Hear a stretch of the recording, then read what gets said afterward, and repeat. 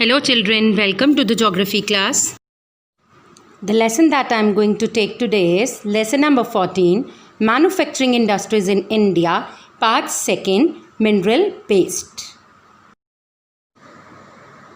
With the following objectives: Introduction to the iron and steel industry, importance of iron and steel industries, difference between an integrated steel plant and a mini steel plant, advantages and disadvantages of mini steel plant, names of 4 large integrated iron and steel plants in India. To go through the 4 large integrated iron and steel plants in India under the following headings: year of establishment, location, favorable factors like from where does the plant obtain number 1 iron ore, number 2 coal, number 3 manganese, number 4 dolomite, number 5 limestone, number 6 water supply, number 7 labor force, number 8 seaports. But before starting with the manufacturing industries in India, part 2, let us review manufacturing industries in India, part 1 in brief. So children, let us go through the meaning of manufacturing once again. Production of goods in large quantities after processing from raw material to more valuable product is known as manufacturing. For example, sugar is made from sugarcane, cloth is obtained from cotton, paper is obtained from wood, and iron is obtained from iron ore. Children, you have already studied about the need for rapid industrialization in India in the previous chapter, that is manufacturing industries in India part 1. So let us review them in brief. As you can see in the first figure that there is need for rapid industrialization in India to support the Indian masses, that is its huge population. Second, India needs rapid industrialization to generate employment on a large scale so that it can give employment to all the people, to enter international trade, that is to enter the foreign markets, to become self-sufficient in the goods and reduce dependence upon foreign countries, that is to reduce the import of the goods, to cater the needs to defense department, that is to make the safety tools, then to maintain a balance of trade, that is to maintain a balance between its import and export. Now let us go through the factors affecting the location of industries. There are certain factors that affect the location of industries like raw material, power, land, transport, labor, capital and market. Children, they can be classified under 2 heads, as you can see in this picture: geographical factors and non-geographical factors. Some of the geographical factors affecting the location of industries are raw material, power supply, labor, transport, market and water. While the non-geographical factors according to this picture are capital, government policies, industrial inertia, efficient organization, banking facilities and insurance. Now, industries can be broadly classified on the basis of raw material, bulk, or on the basis of finished productivity, capital or the investment. On the basis of bulk or raw material, industries can be classified as heavy industries like iron and steel and light industries like electronics. On the basis of raw materials, industries can be divided into 2 heads, that is agro-based like cotton, woolen, jute, sugarcane and coffee, and second, that is mineral-based industries like iron and steel industries. On the basis of ownership, industries can be classified as public sector industries, private sector industries, joint sector industries and cooperative sector industries. Now, private sector industries are the industries that are owned and operated by the individual like TISCO and Bajaj. Now, public sector industries are the industries that are owned by the government like BHEL and SAIL, that is Bharat Heavy Electronics Limited and Steel Authority of India Limited. Next is joint sector industries that are jointly run by the state and the individuals. For example, Oil India Limited and Air India. Now we have cooperative industries which are run by suppliers of raw materials, workers who pool in resource and profits, like sugar industries in Maharashtra, coir industries in Kerala. Now children, among the classified industries, in this chapter, lesson number 14, we will study various mineral-based industries. So what are mineral-based industries? Mineral-based industries are the industries that depend upon minerals for their raw material. Some of the mineral-based industries are iron and steel industry, aluminium smelting, chemical industries, fertilizer industries, cement industries, automobile industries, information technology and electronic industry, etc. Now children, let us start with the first industry, that is iron and steel industry. Now children, what is iron? Iron is a strong hard magnetic silvery grey metal with the atom number 26. It is by mass the most element on earth, forming much of earth outer and inner core. Iron is necessary for the transport of oxygen via hemoglobin and for oxidation via cells. Deficiency of iron is a common cause of anemia. India being a developing country, iron and steel industry has a very important role to play. The manufacture of steel is regarded as one of the key industries. It is a prerequisite for modern industrial development. Large amounts of iron and steel is required for constructing bridges, rail tracks, railway rolling, stock ships, vehicles, various machines, power plants, airports, etc. India is ranked as the 4th largest steel producing country in the world. Chota Nagpur Plateau region has the maximum concentration of iron and steel industries. Children, in this map you can see the Chota Nagpur Plateau, where various steel plants of India like Bokaro, Ranchi, Jamshedpur, Rourkela, Durgapur are situated due to the presence of minerals. Children, all PSU market their steel through Steel Authority of India Limited, that is SAIL, while TISCO markets its produce through Tata Steel. Now let us go through the raw material which are required for making steel in the iron and steel industries. The ores used in making steel are iron oxide, which are compounds of iron and oxygen. To make steel, iron ore is first mined from the ground. It may be in the form of hematite, magnetite, limonite or siderite. The second raw material for making steel is coke. Coke is used as a fuel and a reducing agent in making iron ore. It is produced by baking coal until it becomes carbon by burning of impurities without burning up the coal itself. When coke is consumed, it generates intense heat, but smoke making is ideal for smelting iron and steel. The third raw material is limestone, which is also called as calcium carbonate. Limestone creates the basic flux which absorbs many of the impurities of the iron.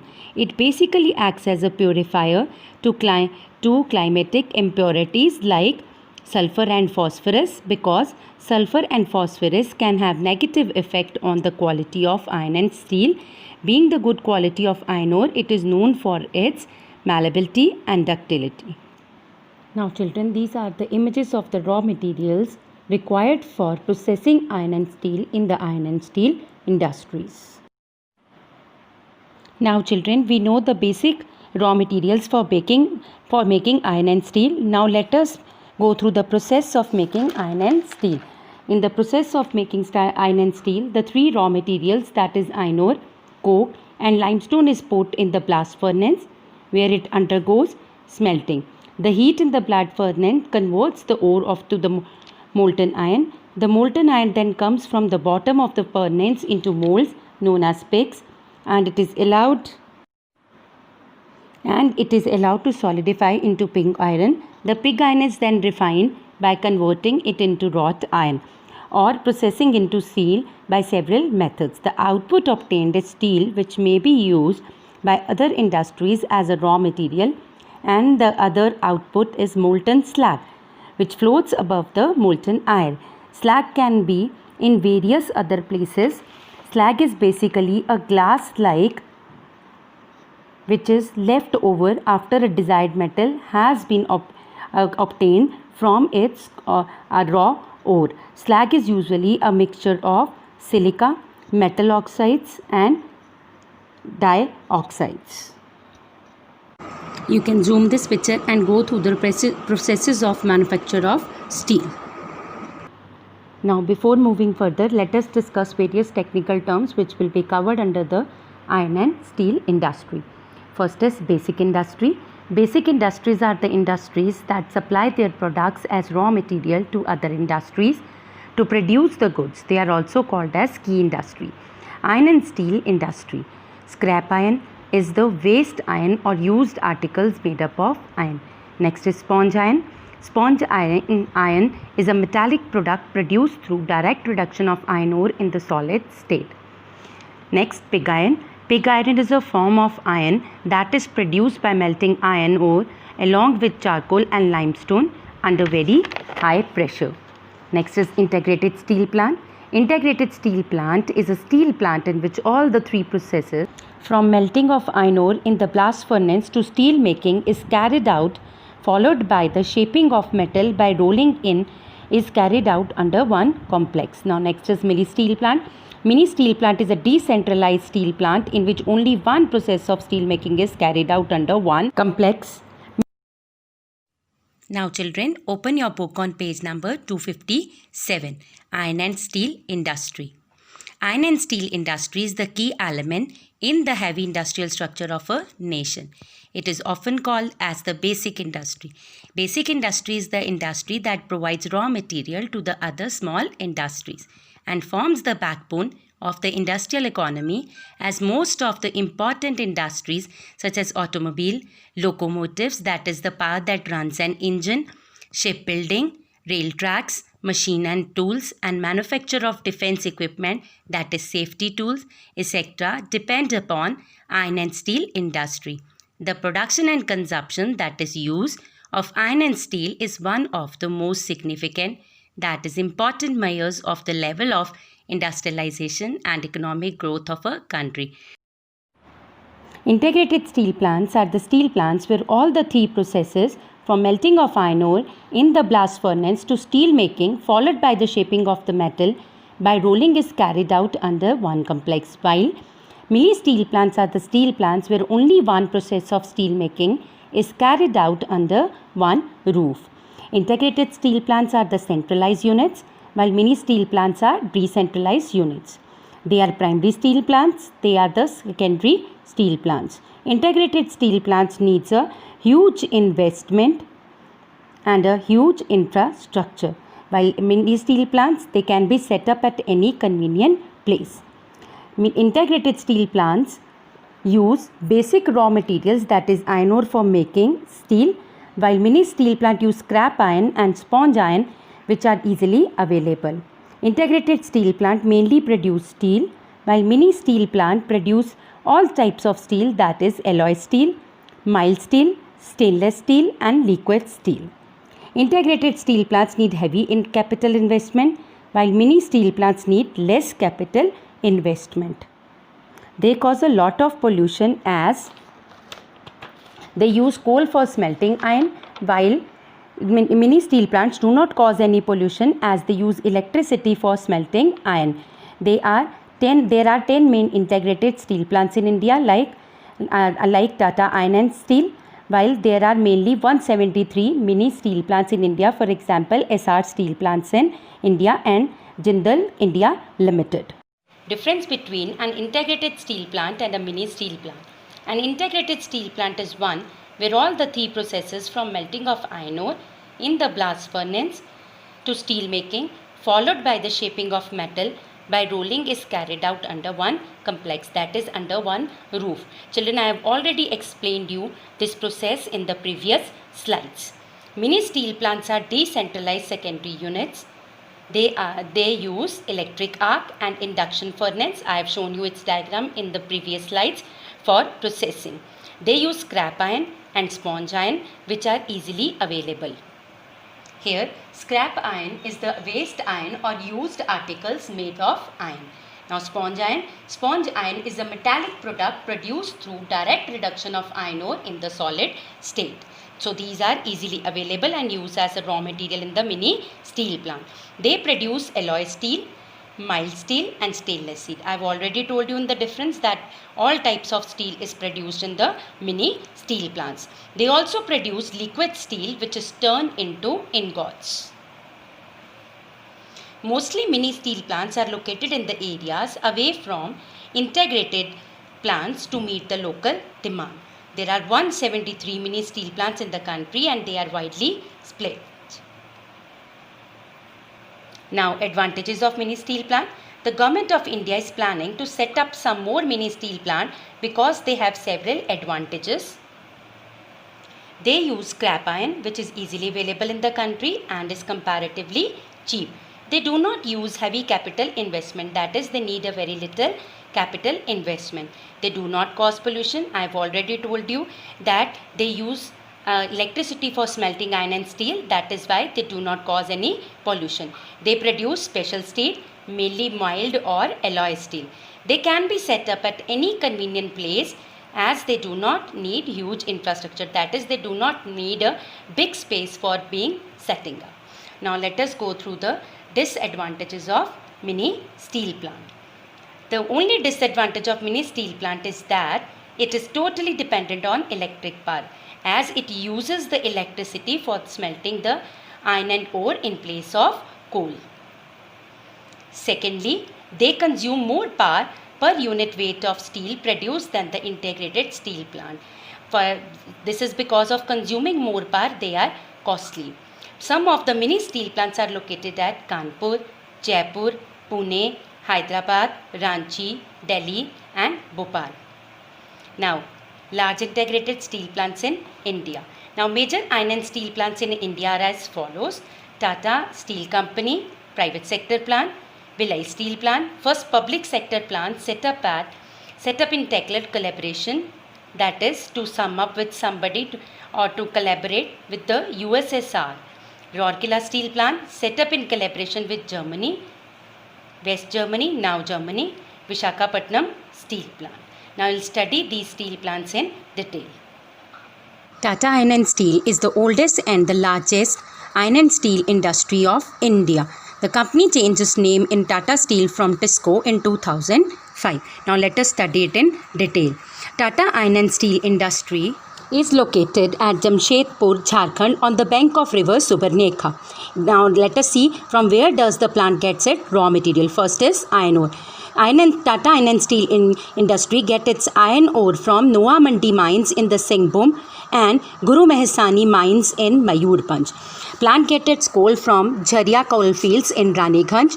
It gets manganese from Jodha mines of Keondujhar, then limestone and dolomite from Sundargarh districts.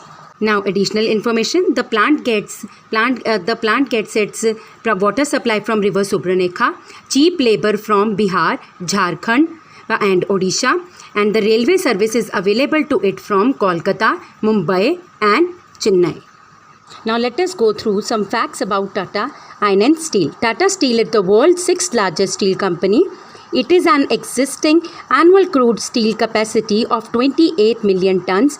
It is Asia's first integrated steel plant. Now children, the second important iron and steel plant in India is Bhilai Steel Plant. It is set up in Durg district of Chhattisgarh in 1957 with the technical support of USSR. You can see its location in Chhattisgarh in this map of Chhattisgarh. So this is the picture of the main entrance of Bhilai Steel Plant. So let us study Bhilai Steel Plant in detail now. Bhilai Steel Plant is located at Durg district of Chhattisgarh. Now let us go through from where does the plant get its raw material. This plant gets its iron ore from Durg, Chandrapur and Bastar. The plant obtains manganese from Bandara and Balghat. It gets limestone and dolomite from Nandini Quarries and Bir Mitrapur. Korba Thermal Power Station is the main source of power for this plant. It gets cheap labor from neighbouring areas connected with Kolkata and Nagpur railway line. Now children, the next important steel plant is Rourkela Steel Plant, which is situated in the Sundargarh district near Odisha. It was set up in collaboration with the West Germany from Krups and Dimag groups during the second 5-year plan. You can see the location, its location in the map. Now let us study it in detail. Rourkela Steel Plant is located in Sundargarh district of Odisha, as I have shown you in the map. Now it gets its raw materials, that is iron ore, from Kiriburu mines, Sundargarh and Keonjhar district. The plant obtained its coal from Jharia and Talcher coal fields. It gets manganese from Brajmada. It obtains limestone and dolomite from Nuwa Mandi, Pirmitrapur and Baradwar district. Let us go through its additional information. The plant obtains hydroelectricity from the Hirakud Power Project and water supply from Bamni River. Being located at Nagpur-Kolkata railway line, Kolkata provides its the port facilities. Let us read some few salient features of Rourkela Steel Plant. Rourkela Steel Plant is the first plant in Asia to adopt LD process of steel making. Only plant producing large diameter pipes. It is the first steel plant in SAIL adapting desulfurization technique. It is the only plant in SAIL with CRNO steel sheets. It is first in vacuum degassing metallurgy. It is cost effective and quality center continuous casting route. Departments have been certified to ISO 9000-2008 QS, Township certified to ISO 14001-2004 EMS. Through this map, you can see the location of Rourkela Steel Plant in Odisha. Now children, next is the Visakhapatnam Steel Plant, which is the latest integrated steel plant completed in year 1992. It is the most sophisticated and modern steel plant in India. It is a unique location as a seaport. Let us go through its important points. Visakhapatnam Steel Plant is located at Visakhapatnam in Andhra Pradesh. It gets its iron ore from Bhailadila mines in Chhattisgarh. It gets coal from Damodar Valley metallurgical coal and it's imported from Australia. It obtains its manganese from Odisha, limestone and dolomite from Chhattisgarh, MP and Odisha. Other important features are Visakhapatnam is India's only steel plant located on a seaport. It has most sophisticated technology. Australian coal to be replaced by gas from Krishna Godavari River. Now in this map you can see the location of Visakhapatnam Steel Plant, and this is the picture of Visakhapatnam Steel Plant located in Visakhapatnam in Andhra Pradesh. Now children, in this map you can see the location of various steel plants in India. Along the east we have first Isar Steel Plant at Hazira in Gujarat. Then second Ispat at Dalvi in Maharashtra. Then Jindal Steel at Bellary in Karnataka. Coming towards the east, we have Niraj Steel Plant in Andhra Pradesh, Bhilai Steel Plant in Chhattisgarh, Bokaro in Odisha, ISCO in Burnpur, Durgapur Steel Plant in West Bengal, and TISCO at Jamshedpur in Jharkhand. Now children, again in this map you can see various steel plants like Bokaro, Durgapur, Bhilai, Rourkela, Visakhapatnam, Visvesvaraya and Salem steel plants along with their production per ton annually. Now let us study the few large integrated iron and steel plants from your book, that is from page number 257. Tata Iron and Steel Company is the oldest and the largest steel plant of India.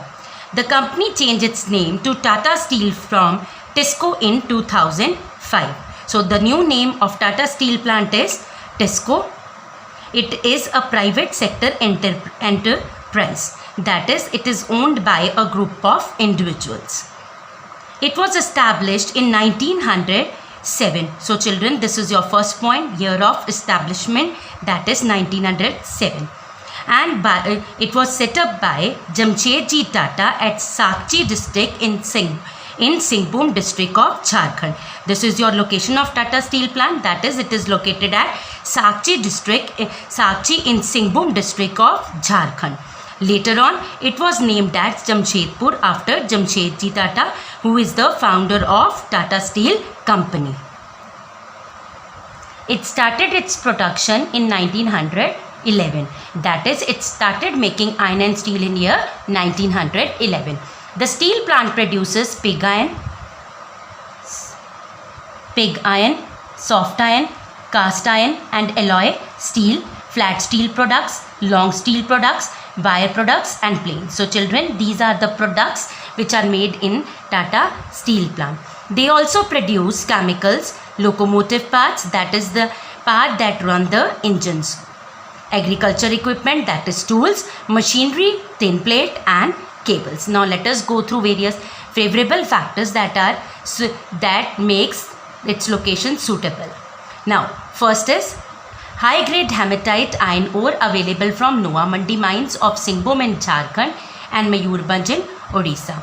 This means that Tata Iron and Steel Plant gets iron ore supply from Noah Mandi mines of Singhbhum in Jharkhand and Mayurbhanj in Odisha.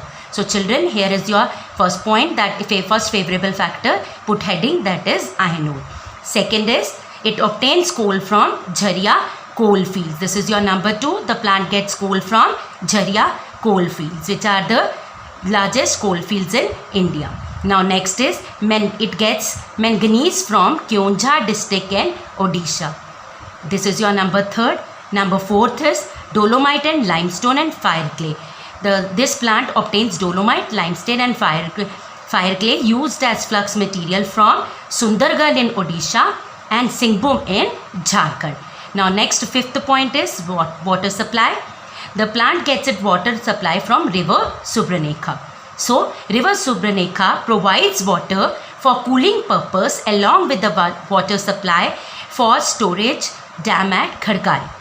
Now next is port facility. Jamshedpur being well connected with Kolkata, Mumbai and Chennai by road and railways provide ideal transport facilities for moving the raw materials and finished products. So thus the port facility to TISCO is provided by the major ports like Kolkata, Mumbai and Chennai seaports. Next is, so Jamshedpur being well connected with Kolkata, Mumbai and Chennai by road and railways provide ideal transport facilities for moving the raw materials and finished products. So children, thus the port facilities to TISCO Steel Plant is provided mainly by 3 seaports, Kolkata, Mumbai and Chennai. Densely populated regions of Jharkhand and Odisha provided cheap labor. So the labor is provided to TISCO from Jharkhand and Odisha. Now the second important steel plant is Bhilai Iron and Steel Plant. This plant was set up in Durg district of Chhattisgarh. So children, this is the location point in 1957. This is your year of establishment. Number 1 point. Number 2 is location. In collaboration with the USSR for technical support. It was the first plant under the public sector. So what type of the steel plant is Bhilai Steel Plant? It is a public sector plant, that is, it is owned and managed by government. The purpose of setting up of this plant was to bring prosperity to Durg area. The production of steel started in 1959. It was set up in 1957, but production started after 2 years, that is in 1959. This plant produces rails, railway sleepers, beams, billets and angles. So children, these are the products which are made in Bhilai Iron and Steel Plant. Now let us go through the favorable factors which helped in the establishment of Bhilai Steel Plant in Durg district of Chhattisgarh. The first favorable factor is availability of iron ore. Iron ore is obtained from Dali Rajhara range, 80 kilometers south of Bhilai. Number 5 point is, from where does the plant get its coal? Coal is brought from Korba and Karghati fields of Chhattisgarh, which is of inferior quality, that it is not of much good quality, and hence coal from Jharia and Bokaro is also used. Thus, Bhilai Steel Plant is using the coal from Korba, Karghati fields plus Jharia and Bokaro. Limestone is available from Nandini Quarries. This is your point number 6. That is, from where does the plant gets it? Limestone. from the Nandini Quarries, about 24 kilometers away. Now children, manganese is obtained from Balghat of Madhya Pradesh. That is number 7. That from where does the plant gets manganese? From Balghat of Madhya Pradesh. Next is, from where does the plant obtain its dolomite? Dolomite is obtained from Bilaspur. Next is number 9. From where does the plant get its thermal power? That is, thermal power is the power which is obtained from the coal. Thermal power from Korba Thermal Power Station. Now next is water supply. The plant is getting its water supply from Tendula Canal. Labor supply. Cheap labor is available from the thickly populated surrounding regions of Odisha, Jharkhand, Madhya Pradesh. Well connected with Kolkata-Nagpur railway line, a special railway line was constructed to transport iron ore to Bhilai Steel Works from Delhi. Now, the next steel plant is Rourkela Steel Plant. Rourkela Steel Plant is situated in the Sundargarh district of North Odisha. This is the location point of Rourkela Steel Plant. It was set up in collaboration with the West German firm Krups and Dimag during the second 5-year plans. It started its production in 1959. This is your year of production. It is well known for its latest technology in steel making. It has contributed special steel for vehicles related to Indian Space Satellite Program. The plant produces heavy steel plates, sheets and strips which are used for railway wagons, boilers, railway coaches and shipbuilding. So children, these are the products of Rourkela Steel Plant. This steel plant also supports a fertilizer plant nearby which uses the byproducts released by it. Visakhapatnam shipyards get their supply of heavy plates from this plant. Now let us go through various favorable factors which have made the Rourkela Steel Plant to be set up at Sundargarh district in Odisha. Iron ore is obtained from Sundargarh and Keonjhar district, being 77 km from its location. Hence children, Rourkela Steel Plant obtained its iron ore from Sundargarh and Keonjhar district. It gets its coal from Jharia, located 220 km from the plant, Talcher and Korba coalfields. This is your point number 4. From where does the plant get its coal? That is from Jharia coal mines, Talcher and Korba coalfields. Then next is power supply. The plant gets its power from Hirakud project, located at a distance of 150 km. Next, manganese from Brajmada. That is, the plant obtains manganese from Brajmada. This plant gets dolomite from Baradwar district and Hirni mines in Madhya Pradesh. And limestone is available from Birmitrapur. Then the plant gets its water supply from river Bamani. Cheap labor is available from nearby areas, that is of Bihar, Jharkhand and Odisha. It is well connected to Kolkata through roads and railways. Thus, Kolkata is providing the port facilities for movement of raw materials and finished goods. Hence, port facilities to the steel plant is provided by Kolkata. Next is Visakhapatnam Steel Plant. 3 more steel plants were planned during the 4th 5-year plan in order to meet the demand of steel. These plants were located at Visakhapatnam in Andhra Pradesh, Salem in Tamil Nadu and Vijayanagar in Karnataka. So children, this is the location of Visakhapatnam Steel Plant. Visakhapatnam plant is the latest integrated iron and steel plant which was completed in year 1992. So this is the special feature of your Visakhapatnam Steel Plant, that it is the largest integrated steel plant. Moreover, it is the modern steel plant. It is the most sophisticated and modern steel plant in the country. This is also its special feature, that it is the modern steel plant in the country. It has a unique location as a seaport. Now, key features. It is the first seashore-based steel plant in the country, managed by Rashtriya Ispat Nigam, that is RINL. It started its production in year 1992. It is the major export-oriented steel plant and takes full advantage of its coastal location. Due to its coastal location only, it is the seashore-based steel plant in India. It is the second largest producer of iron and steel in the country. This plant is famous for shipbuilding industry. Now let us go through various favorable factors. The first favorable factor under the raw material like iron ore.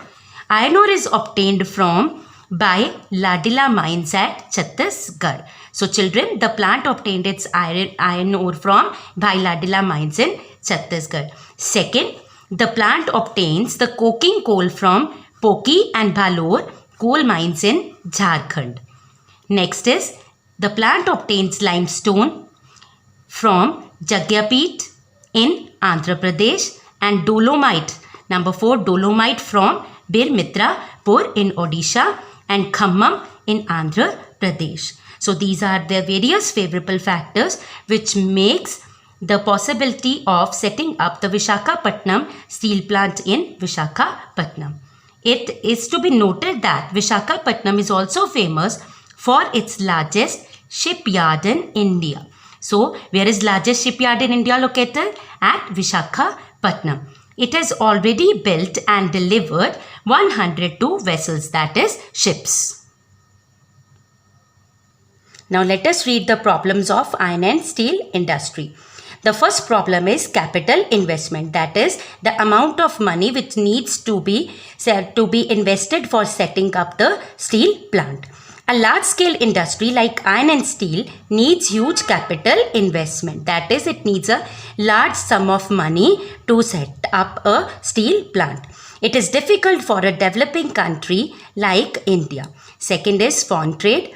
Production of iron and steel falls short of our demand and India spends crores of rupees to import these items, that is to bring them from other countries. The next problem is lack of technology. India lacks in the technology for setting up the iron and steel plants due to the illiteracy rate. Now low productivity is resulting due to the low productivity is the result due to the illiterate people or the illiterate population in India. Low potential utilization, that is the lack of using the full potential of the people to set up the industries and to work in industries. Strikes, lockouts, energy crisis and inefficient administration results in low potential utilization, that is use. So children, you have seen that various workers in the industries go on strikes from time to time to meet their demands. Sometimes there is a lockouts in the industries due to the financial problems and energy crisis, that is the increase in prices of the power supply, and inefficient administration, that is the administration is not in the hands of good and well educated people, results in low potential utilization. Next is heavy demand. Even at low per capita consumption rate, the demand for iron and steel is increasing and large quantities of iron and steel have to be imported. That is, India needs to bring iron and steel from the foreign countries to meet its demand. Therefore, production has to be increased to save the precious foreign exchange, that is to reduce the amount of import and to become the self-sufficient. India needs to increase the production of steel. Next is Steel Authority of India Limited. I have already explained you in the introduction part. The Steel Authority of India Limited was established in the year 1973. So children, when was the Steel Authority of India Limited set up? In year 1973. It is a public sector undertaking, that is it is owned and managed by government and is responsible for the management of steel plants at Bhilai, Durgapur, Rourkela, Bokaro and Burnpur. Children, I have shown you the location of all these steel plants in map of India in the previous slides. It is also responsible for alloy steel at Durgapur and Salem steel plant. It took over Indian Iron and Steel Company, that is ISCO, in 1976 and Visvesvaraya plant in 1989. So children, at the end, I hope that through this video, you have learned the 4 major steel plants in India, that is Bokaro, Bhilai, Rourkela and Visakhapatnam steel plant under the headings location, year of establishment and from where does the plant gets its iron ore, coal, manganese, dolomite, limestone, water supply, power supply, port facilities, labor force, etc.